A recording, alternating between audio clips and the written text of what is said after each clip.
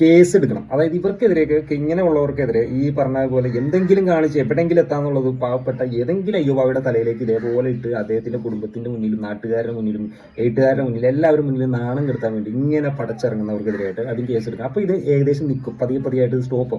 വേറെ ഒന്നുമല്ല സംഭവം. നിങ്ങൾക്ക് കണ്ടറിയാം, ഒരു എന്താ പറയുക, ഒരു ഇൻസ്റ്റാഗ്രാമിൽ വീഡിയോ ചെയ്യുന്ന ഒരു വ്യക്തി അല്ലെങ്കിൽ സോഷ്യൽ മീഡിയയിൽ വീഡിയോ ചെയ്യുന്ന ഒരു വ്യക്തി ഒരു മാസ്ക് ഇട്ടിട്ട് ബസ്സിൽ കയറുമ്പോൾ ഒരു യുവാവ് തൊട്ടടുത്തിരിപ്പുണ്ട്. ആ ഒരു വീഡിയോ നിങ്ങൾ കണ്ടുപിടിക്കും. നിങ്ങൾക്ക് ഇതിൽ എന്തെങ്കിലും മോശമായിട്ട് ഫീൽ ചെയ്ത് ഇനി ഇതിന് മുന്നേ നടന്നു എന്ന് നമുക്കറിയില്ല, ആ ദൃശ്യങ്ങളൊന്നും തന്നെ ഇല്ല. ഇവരൊരു BGM കുത്തി കയറ്റിയിട്ടിട്ട് അങ്ങോട്ട് പോസ്റ്റ് ചെയ്യും. ഒരു പ്രാവശ്യമല്ല, 1, 2, 3 ഇങ്ങനെ പോസ്റ്റ്. കാരണം അതിന് റീച്ച് എത്രത്തോളം കിട്ടുന്നു അതിനനുസരിച്ച് വീണ്ടും ഇവർ ഈ വീഡിയോ പോസ്റ്റ് ചെയ്തുകൊണ്ടിരിക്കുക. അല്ലാതെ ഇവർക്ക് നിയമ നടപടിയിലേക്ക് പോകാൻ നിങ്ങൾ വീഡിയോ ഇട്ടെന്ന് പറഞ്ഞുകൊണ്ട് നിയമ നടപടിയായിട്ടൊന്നും മാറാൻ പോകുന്നില്ല എന്നുള്ള കാര്യം. പിന്നെ അതുകൂടാണ്ട് ആ ഒരു മനുഷ്യന്റെ മുഖം ബ്ലർ ചെയ്തു, അത് വലിയൊരു കാര്യം തന്നെയുണ്ടോ. കാരണം എന്ത് റീച്ചിനാണെങ്കിലും അവർ ചെയ്ത ഒരു നന്മ, ഏറ്റവും വലിയൊരു നന്മ. അപ്പോൾ ഇവർക്കെതിരെയൊക്കെ ആയിട്ട് ഇതുപോലെ മറ്റുള്ളവർക്കെതിരെ അലിഗേഷൻ ചെയ്യുന്നു, ഇവർക്കെതിരെ കേസ് എടുത്ത് കഴിഞ്ഞാൽ തീരാവുന്ന പ്രശ്നമുള്ളൂ സത്യം പറഞ്ഞാൽ.